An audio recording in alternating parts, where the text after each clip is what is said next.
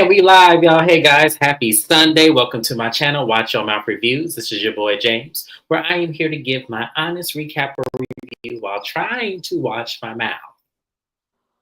It's not going to happen in this video, but that's all right. We'll live to fight another day.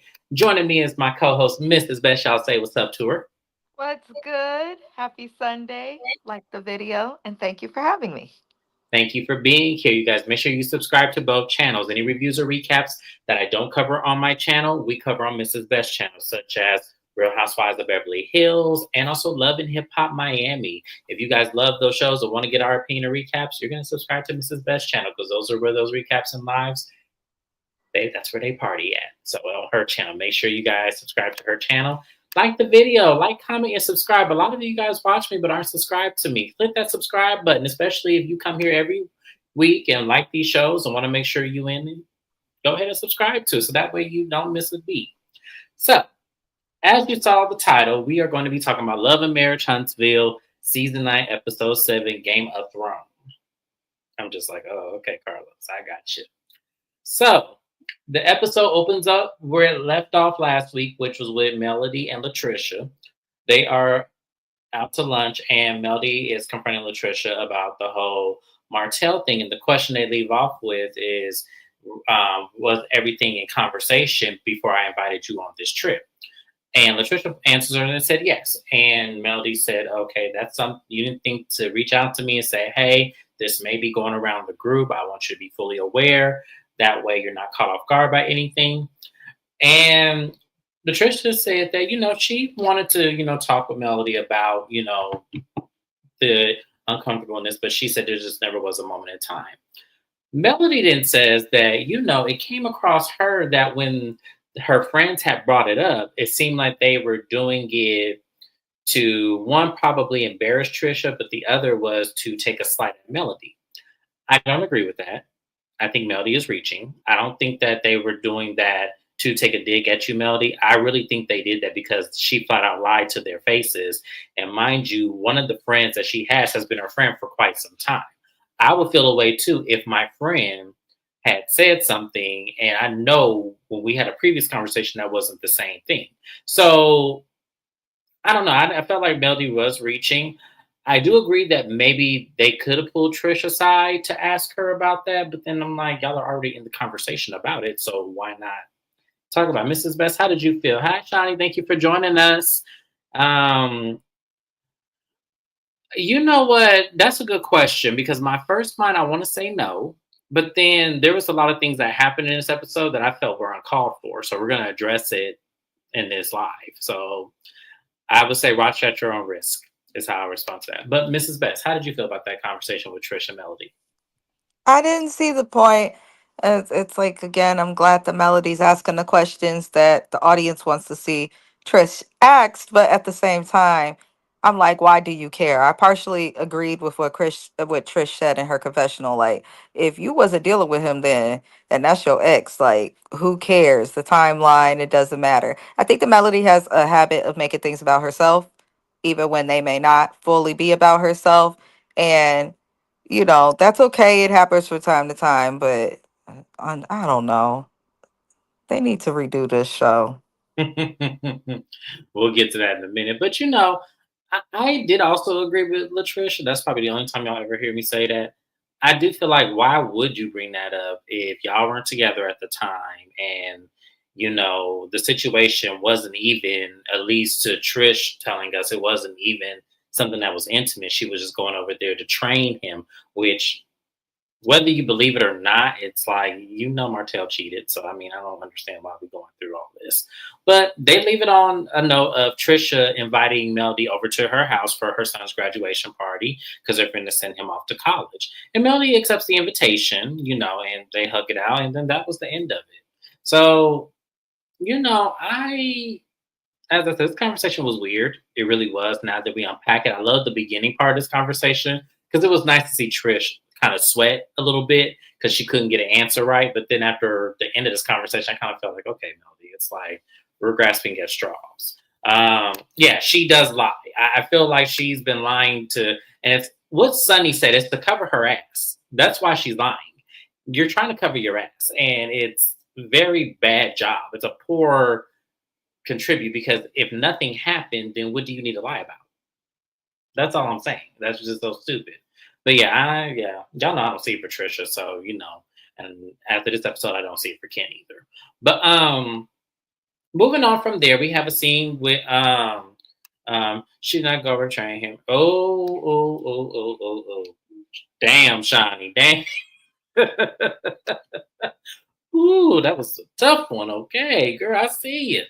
But we have a scene with Chris and Nell Fletcher. They're, cleaning up Chris's new office, which from what he said was a former barbershop that he used to go to all the time. It's in the north part of Huntsville, which is where Nell is from. And what we later learn is also where Martell is from in Huntsville as well. So as they're in conversation about it, Martell actually ends up popping up. And Nell's like, oh, I didn't know Martell was coming.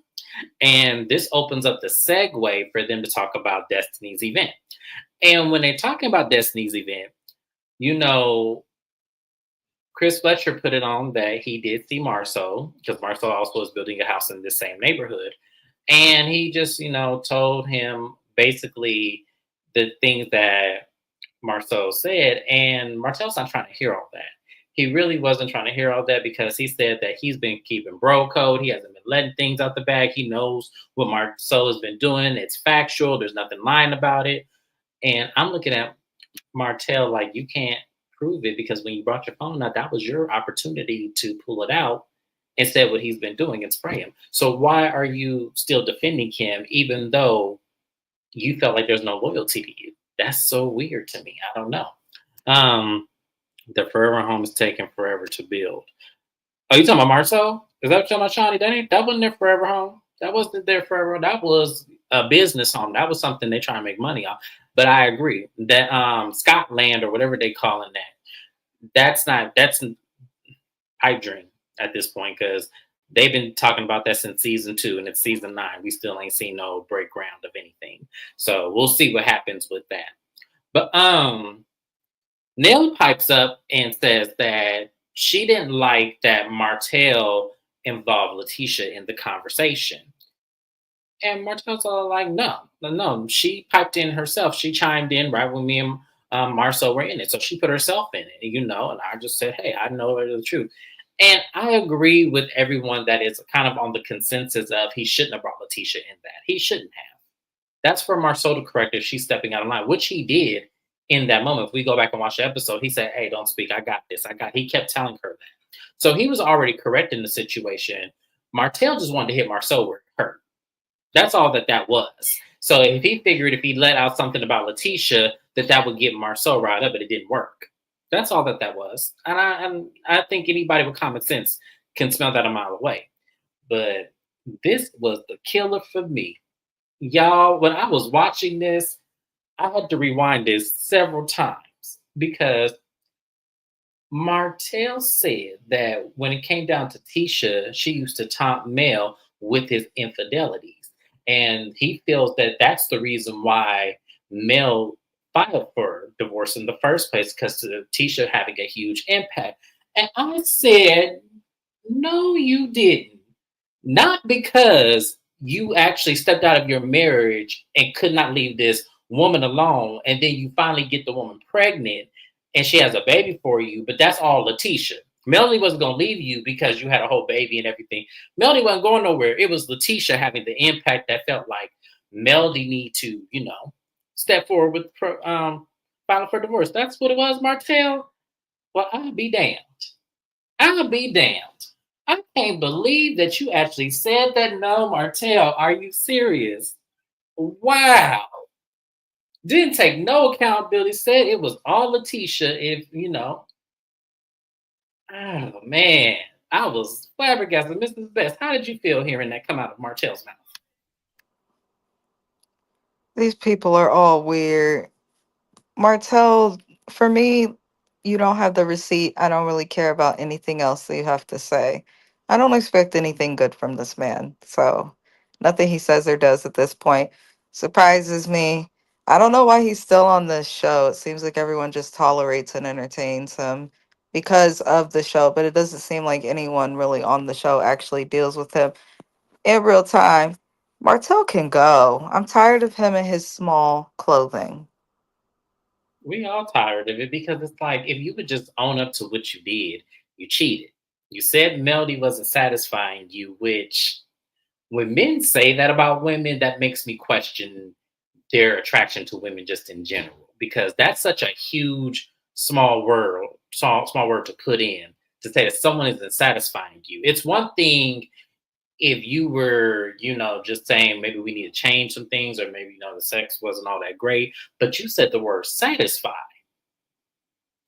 which leads me to believe the rumors that are going around about him.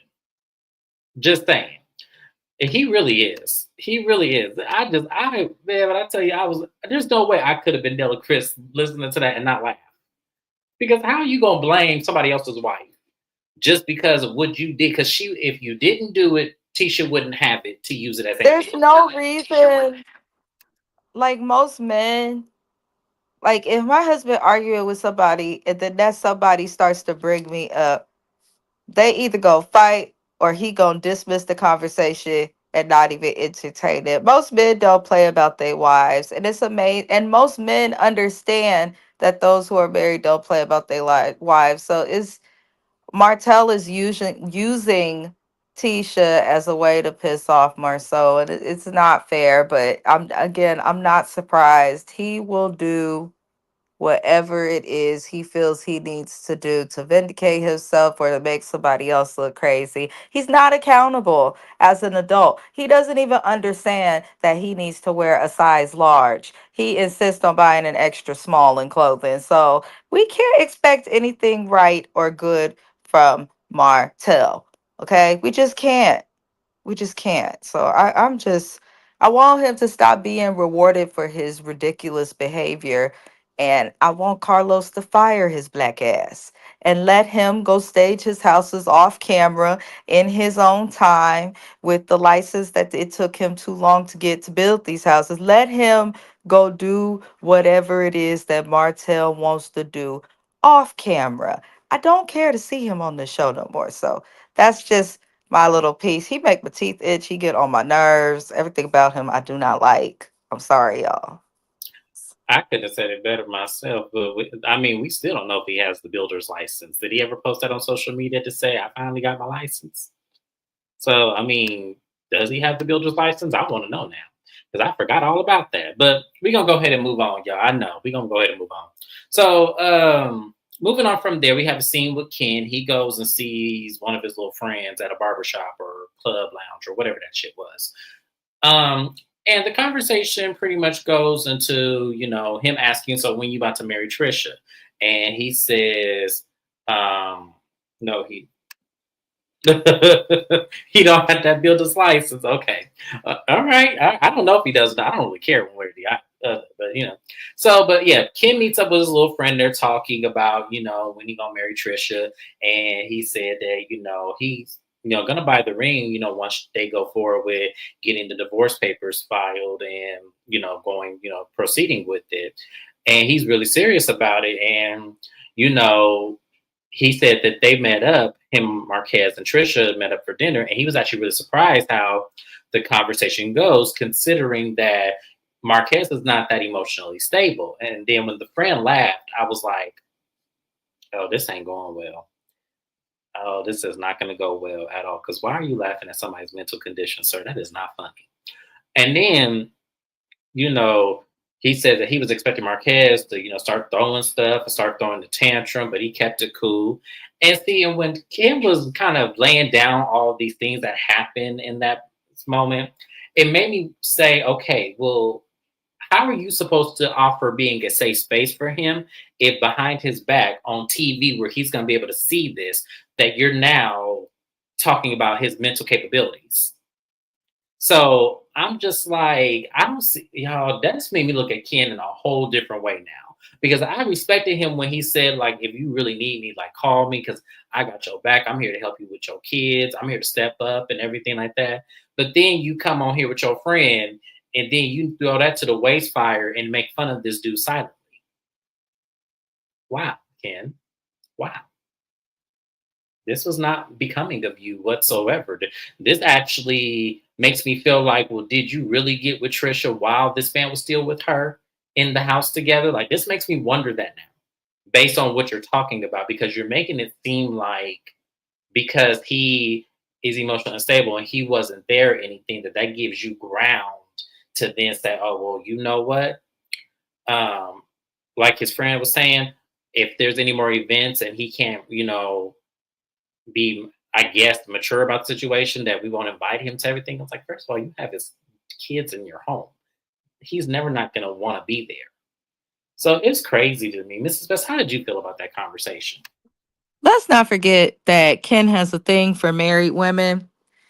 So, regardless on what Ken thinks he sees, he only knows Trisha's side of the story. He doesn't understand the complexity of their relationship. He doesn't understand the complexity of marriage because if he did, he wouldn't be dating married women over and over and over again because Trisha's not the first. So, I don't know. I'm not surprised that Ken. I've kind of like I didn't sense good things from him. I've said from the beginning since we met King, to me, he's a big red flag because you're claiming a daughter from a previous relationship that don't belong to you, and then you're willing to date married women, and he says he's done it before. So to me, I'm not surprised at how he's acting.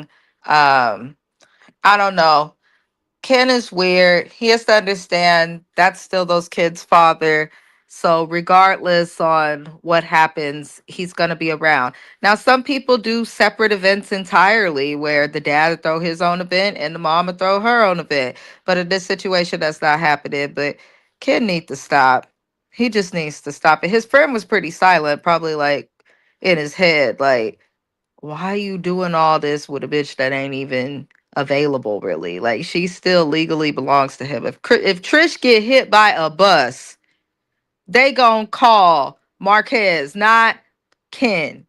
That's just the fact. So the whole situation to me is weird, and I don't like his hanging earring, that dangling one.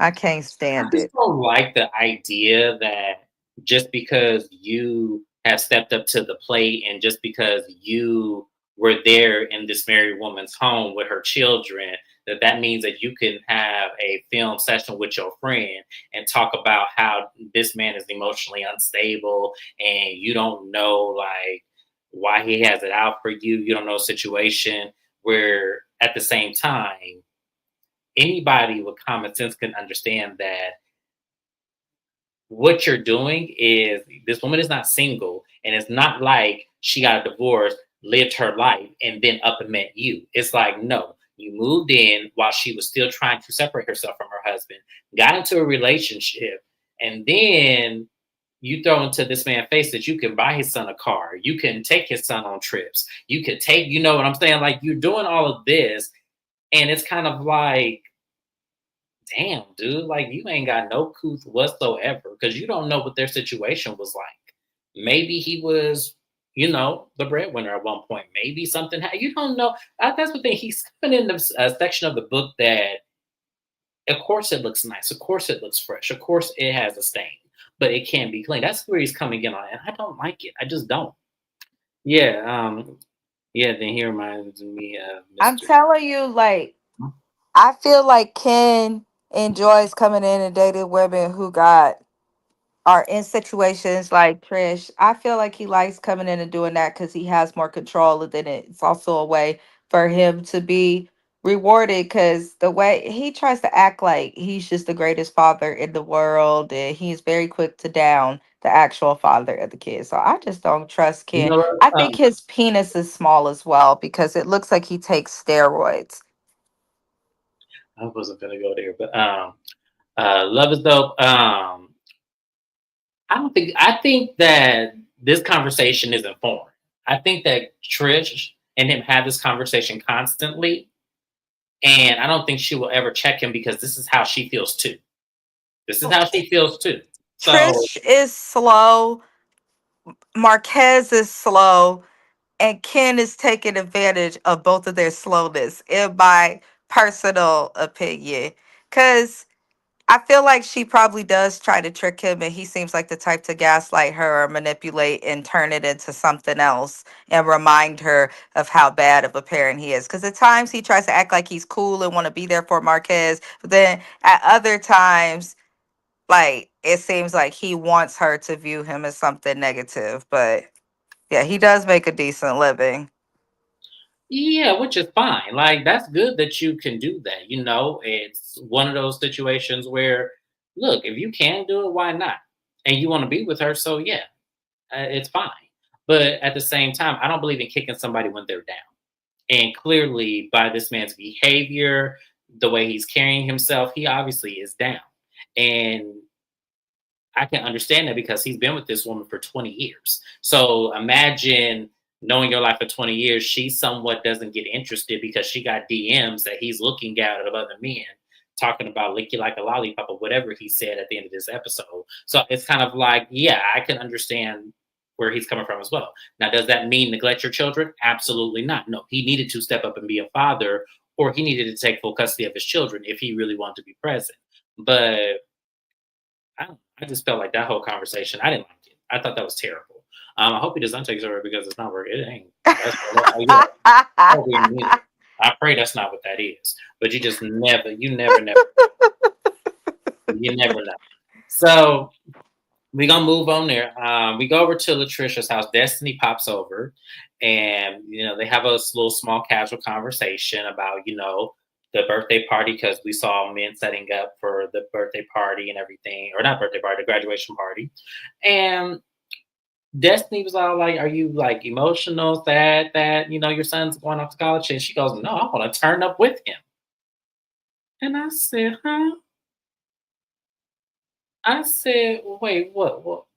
You want to turn up with your son, and you want to party with your child? Am I missing something? Like, what is going on with like her thought process is the strangest thing. Like, she could have been joking, y'all, but I really don't think she was. I really don't think she was joking. I really think she was absolutely serious, and I wish her son would go as far away as possible so that way she just don't pop up, because she looked like the type that would drive the 3 hours to Atlanta if that's where he going to pop up on him. She looked like that type of person. She does. But a knock comes at the door, and it's Amanda, the notary. And I'm like, why is there a notary popping up at the house? And Destiny was confused by that too. So Trisha lets Destiny know that she has her divorce papers and the lady's here to give the seal, so that way they can proceed with the filing and begin their divorce process. And Destiny is like, it's awkward, because that is awkward. Like, why would you invite somebody over to your house knowing you got this notary lady coming over to seal your divorce papers? Like, she's such an attention seeker. It's crazy. Real quickly, sorry to talk about something different. When will you? Okay, so that will be Monday night. So Real Housewives of Potomac will be Monday night at about 7 Pacific time. So that's when we'll do that one. So yeah, around that time. So yeah, just click on your notification bells. That's all the best I can tell you, because sometimes times do change, because me and Mrs. Best do have a little bit of an hour difference between us, and then also I work night, so I have to be at work at 10 o'clock. So it's kind of one of those situations where we're gonna work it out. No problem, love. Thank you for asking. So the lady seals it, and then she goes, and then Destiny comes over to the table and starts asking questions. And she tells Trish, like, yeah, you're going to grieve this, so I want you to be prepared. And Trish's like, no, I'm not. I'm not going to grieve anything. No, I'm not. I've already grieved this. We've been separated for so long. We've been separated for 5 years. I'm not going to grieve this at all. And Destiny said, no, no, no, no, no, friend. Listen to me. Divorce is tough. You are going to grieve this, and you need to be prepared for that.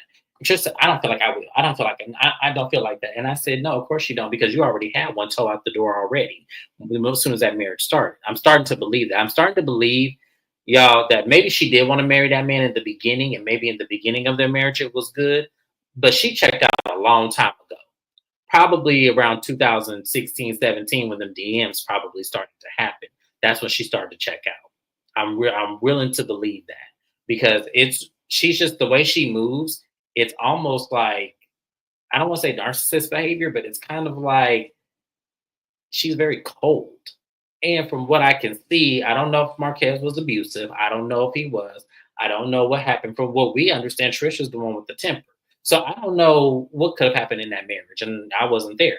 But it just seems like Destiny is giving you good advice from somebody who did go through a divorce, and it was a very turmoil one, that you should listen, because your divorce and your marriage to this man isn't quite peaches and cream. Mrs. Best, how did you feel about that? Pretty much the same. But Trisha's a dingbat, so I'm not surprised.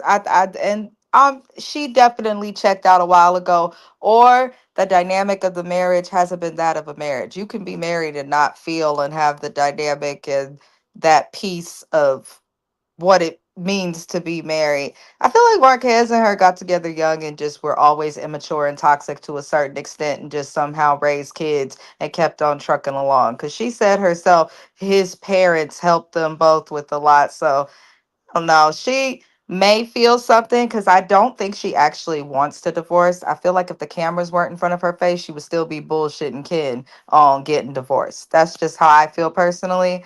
Because if you checked out so long ago, then why would you not get that paperwork done?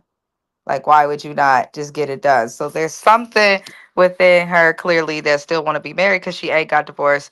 But the notary coming over at that time, that was strange. Trish is just strange to me. Like the way that she thinks, the way that she moves, the things that she does to me are just off. Like they're not wrong, but they're just off.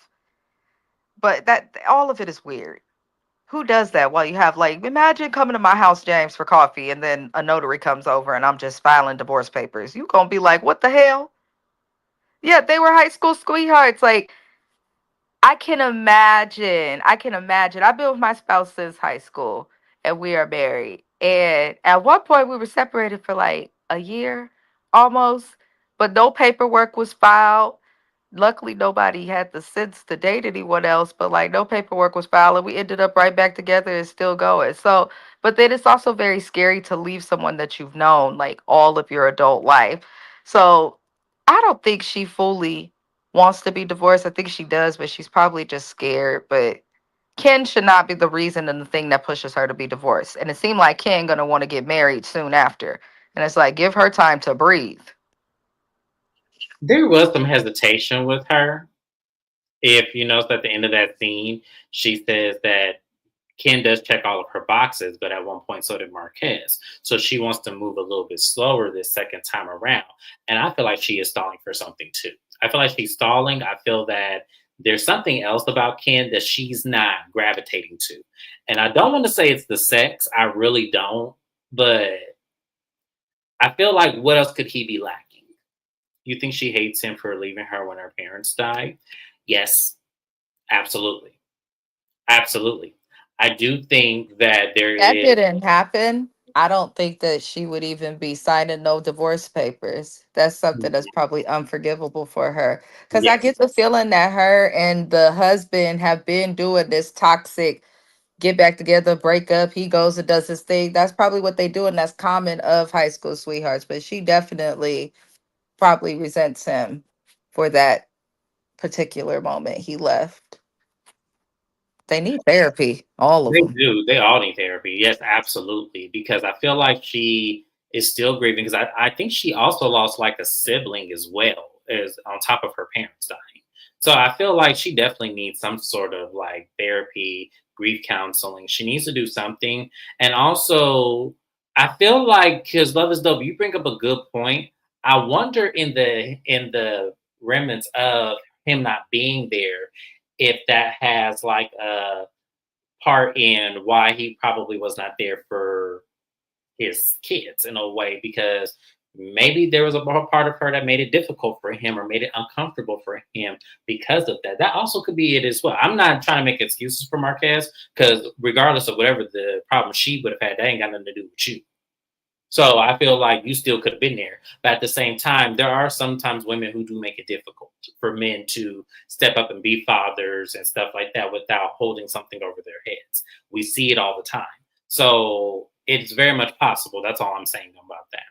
But we gonna move on from here because I ain't, I don't be having time for Trish and this foolishness. The next thing we talk about is, no, you just talk. So the next thing we talk about is Marcel, Tisha, and Mel. Mel pops up to Black to talk to them because she got a text message from Martell saying that at Destiny's event that Tisha and Marcel were talking bad about her and everything, and she made it clear that Kimmy, Tisha, and herself had a conversation that whenever things happen amongst the group that they need to talk about, they're not going to harbor it. They're just going to confront each other. So that's what Melody's going to do. And pretty much Marcel and Tisha said, no, he is lying. That did not happen. And Melody said, well, did y'all bring me up at all? And Marcel said no, but Tisha said, no, you did bring her up. And Marcel explains to her, yeah, I did bring you up because what Martel would do is he would call me after you and I would have a conversation or would leave each other and say, well, did she try to proposition you for sex or anything like that? And when I was listening to that, I was like, the hell is going on here? Why would you call your friend to see if your wife propositioned him for sex? So that to me, that right there, because I can believe that. I'm sorry, y'all. I can believe that Martell did that. That right there made me feel like you were trying to catch something on Mel to even the score with you because you don't really have anything. So you were trying to find something. And that's crazy as hell. Like to do that tit for tat situation and try to, be manipulative and get and catch her at something. That's crazy as hell. Like I was thinking about that. I was like, damn, you really just don't have any like human decency whatsoever. The fact that you would call your friend and have a conversation to see if Melody would proposition him.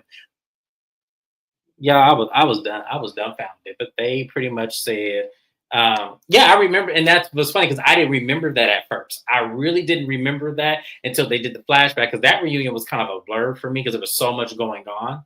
But I remember that, and that when they played it back, I said, "Damn, he really did do that." And Melody was like, I didn't even respond to him with that. And I'm like, and I was trying to zoom in on the text message because she did say some response. I don't know what that could have been.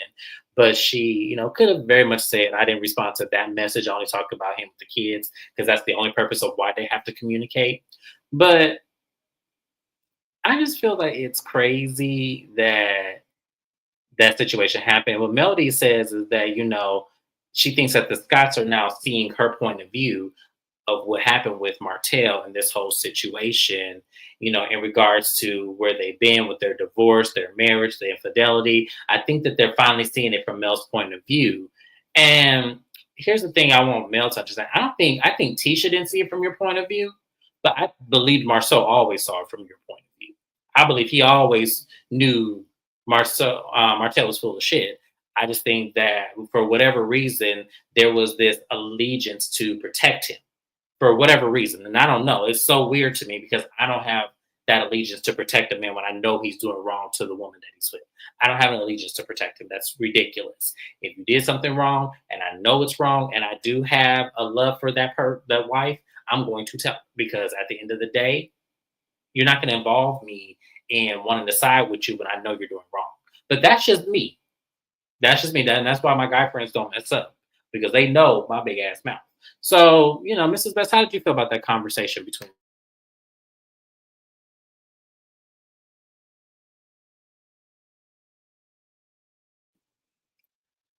Hopefully that app ain't tripping.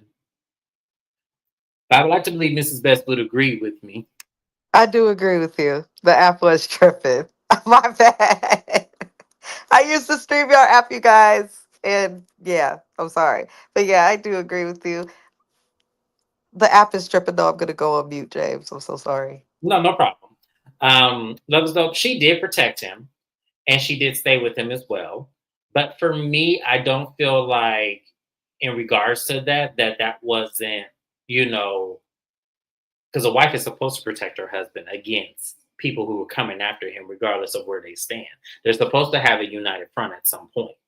Like that would be crazy to still be married to him, and then you seeing other people kick him while he's down about his behavior, and you join in the crier with them. That's kind of crazy to me. So I don't fault her for that. What I fault her That's for, still the father of her children. yeah, It is. What I fought her for is not having, kind of the placement to kind of stick it to him a little bit better than what she did. I kind of felt like she let him get away with a lot and do a lot at her own detriment because she was so focused on the business and so used to her routine of life. Hi, Kevin Reynolds. Thank you for joining us. We appreciate you being here today. So, I'm just gonna say it like this. I feel like I don't know what Martell is doing, but it is crazy. But Mel had to understand that Tisha has a problem because Team Hope came for her marriage. Um, yeah, no, I agree with that to some extent. I agree with that to some extent, but at the same time, if we're related to the protection, that's still her husband. That was still her husband at that time. Now, once they divorced, she didn't protect him any further. There's maybe one or two times where she did protect him from that, and that's because of whatever. I don't remember what was going on at that time, but I remember it was more so. I think Arion in that whole situation. I had to go back to that season and rewatch it. But no, I feel like they came for their marriage because they probably knew, like I said, something would happen with that hairdresser. I don't know what it was, but maybe that was, the pull that they needed to do because they were both at it. They both are guilty of coming at each other. Both the Holts and the Scotts. They're guilty of coming at each other. So I'm gonna hold one married couple accountable the same way I'm holding them two accountable. They all came at each other. So, But moving on from there, it is the day of the graduation for the son, for Trish and Marquez's son, Xavier. And, they're setting everything up. His people Ken's people show up. Trisha's people show up, and then some of the cast members show up. We had Neil, Chris Fletcher, Destiny, and Destiny. What did you do? Why is you walking around here with Lucky Nelson, like as if we really believe? Now, I do believe hunching. I could believe that because he's young, maintenance. She got needs. She a woman. She in her prime. I totally get it. I don't begrudge Destiny, but she's showing up with him as if that's the man of all glory, and I know that ain't Destiny's man of all glory. I already know that. Yeah, but once again, I feel like it's kind of bloated to begrudge either side because at the same time they were doing it to each other. Tisha was doing it to Mel. Mel was doing it to Tisha, and that's why the show is in the mess that it's in now. That's why it's always in the mess that it is now because neither one had boundaries with each other, and to bring up potential infidelities, to bring up the homegirl having the same BMW, all of that was pretty much ammunition for them to attack each other. Both sides are wrong in that equation, and I'm going to stand on it. Both sides are still wrong, regardless. So, but moving on from there, Marquez shows up, and it's awkward, and then you have Ken over there on the sideline with his little friend talking about, oh, look, there he is. Look, he making it awkward, just being messy. And I'm just like, I don't like that. Like, that man did not come over here for y'all to be messy. But Marquez is introducing himself to everybody. He's trying to be acquainted. He's introducing himself as the father of the children because he is. He is the father of the children. And the friend that Kim was with earlier in the episode, he's there and he's like, man, what's going on with him? Like, he's just all over the place. And Kim's like, yeah, that's what I'm talking about. You see, he acting like this is house. He had to like this stuff. And I'm just like, Carlos, what are we not seeing? Carlos, what are we not seeing? What edit did not make the cut? Like, did something else happen? Because all he's doing is introducing himself and walking around. And yes, it's awkward because this was once his family being celebrated in the midst It's of like, would you rather him say, "Hi, I'm Trisha's ex-husband," or would you rather him say, "Yeah, I'm the kid's father"? It's not that big a deal. Like, yeah, he was probably saying it like a little pettily, like I'm the daddy or whatever, but he is the daddy. So like Ken likes to act like he's like so confident in himself and in this situation. But then the moment that you see the ex-husband come around, Ken starts to freak out just a little bit, which is understandable. But it's like both of these men is tripping for no reason. Trisha, to me, is the bigger problem because she got Yeah. both of these men acting a fool over her. Then the timelines that she keeps giving, it's just I'm sick of this whole story. I am too, but then it also poses the question to me. So, how is this man, once again, I said this earlier in this live, how is this man supposed to come over, feel welcome to be in the home that his children sleep in, and feel free to, co parent with Trisha when Ken's over there being messy with his friend and talk about how mentally unstable he is and all this? Because I'm sure this is the dynamic when he does come around. Like, I'm sure this is how Ken feels because this was very telling. Because I didn't see, unless I missed it, and I watched this episode 4 times, unless I missed it, I don't know what Marquez really did for Ken to feel the way that he felt. Now, the whole him gathering the men to do a shot thing, maybe okay. I can maybe see that being a little bit of an irritant. Got it, but it didn't warrant all that. But then somewhere down the line, Marquez pulls Chris, Lucky, and Maurice to the side and saying that it's really awkward for him and this is very triggering him being here. And he was hoping that maybe they had some words of encouragement. Chris Petra's like, I don't even know you. And in his confession, I don't even know you, man. Like, and you want me to give you some advice and everything. And I'm just like, I wish we weren't like this as a people. Because what Chris is demonstrating, I don't know that. Like, I don't know. Like, if a man were to approach me and tell me that he's feeling uncomfortable or feeling triggered by his surroundings and this is his family, I'm going to say, okay, well, maybe let's take a walk and let's talk about this. So that way we can kind of break that. Like, I would try to help because he came to me, not, hear him out and then kind of, judge him for it. Or it's like, because you didn't know him. That was really ridiculous. I was like, Chris, come on. Like, y'all are really doing the most on this episode. Like, I just couldn't believe it. So, as Melody gets there, she hugs everybody, and she, you know, gives Trisha gift card or cards for the kids, and they go into the house, and she makes a plate of food, and as she's making a plate of food, she brings up a conversation. She goes, "Oh, I know your husband because he actually is friends with my PR guy, and I've seen him at one of my events." And she goes, "Oh, okay, yeah, actually just." Trisha was like, "Yeah, I actually just signed my divorce paper and just got it notarized." And Mel's like, "Oh," she goes, "Y'all divorcing?" She goes, "Oh, okay." And she asked if Marquez knew, and Trisha said no. And she goes, "I debated whether if I was going to tell him right now." And Mel was like, "No, this is for your kids. Like, you shouldn't be telling him this right now. Like, let this be for your kids." And I agree, because why would you want to tell him when he's already struggling being there mentally, and you just want to throw, "Oh, hey, by the way, I got those divorce papers notarized." Like, she's oh my God, Trisha's exhausting, y'all. She's exhausting. So Marquez actually ends up popping up in the little, patio area where they were, where the food was, and he asked if if he's not interrupting, can he get a plate of food? And they told him to come on in. And he tells Melody, he goes, "Hey, I know you, from, I've been to one of your events, and I know your ex-husband." And Melody's like, "Oh shit." She goes, "Please don't," like, in her confession, "Please don't mention Martell. I just met you. I don't want to talk about him."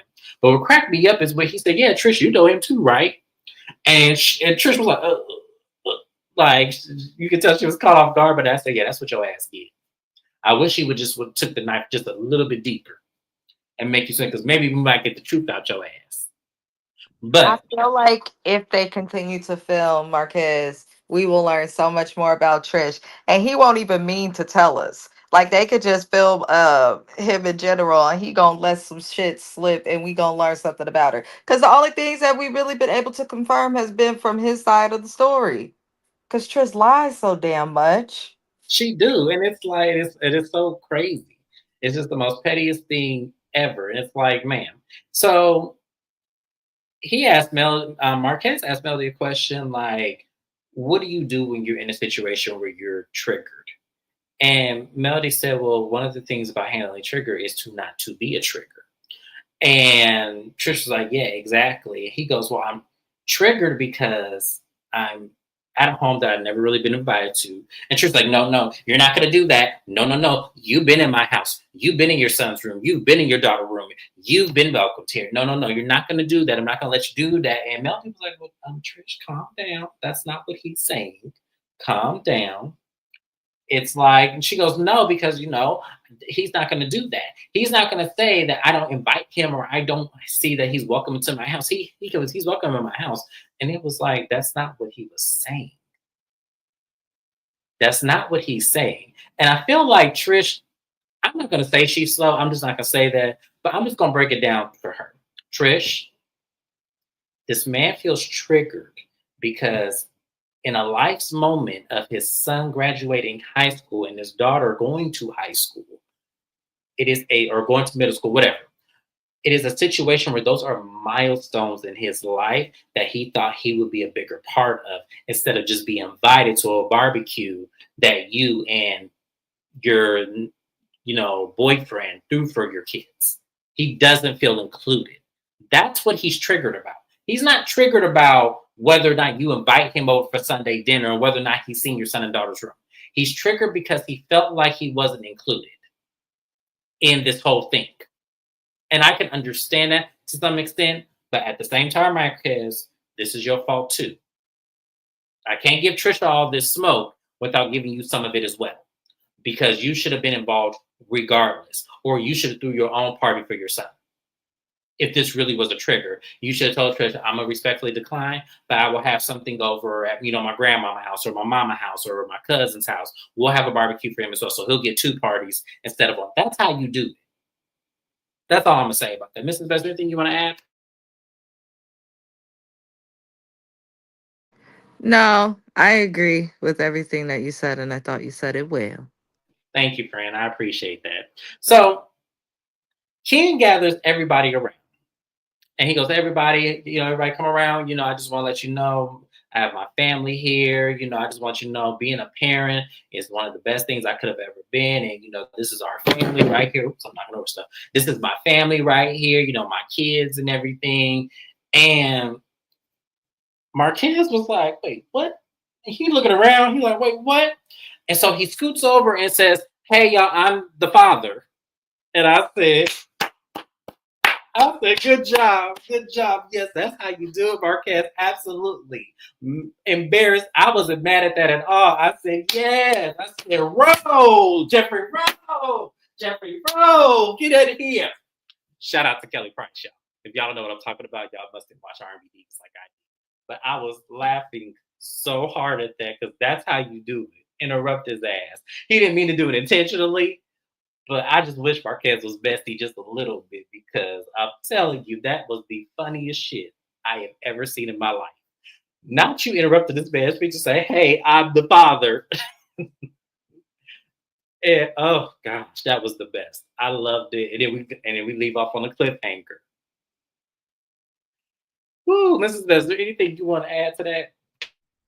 No, normally when they showed the preview, I was like, what is Marquez doing? But then the way that Ken gave that speech, it was like he was obviously giving this speech to try and make it look like these young kids. And realistically, Trish said y'all only been messing with each other for about 5 years. So you've been really only been in this boy's life for 5 years. His mama and his daddy did most of the raising of him. So you don't need to steal the moment from him. You don't have to mention Marquez in your speech, Ken, but you don't have to act like you the sole father who's been around for most of these kids childhood. Negro, you've been around for 5 years and probably only about 3 of them was with the kids, because for the first 2 you was sneaking around because she was probably still with her husband. So I feel like good on you, Marquez, but I hope you don't do too much in the speech. But Ken, if you talk about people, you gonna speak up some shit that you may not want to happen. And he was talking and laughing at the situation with his little friend.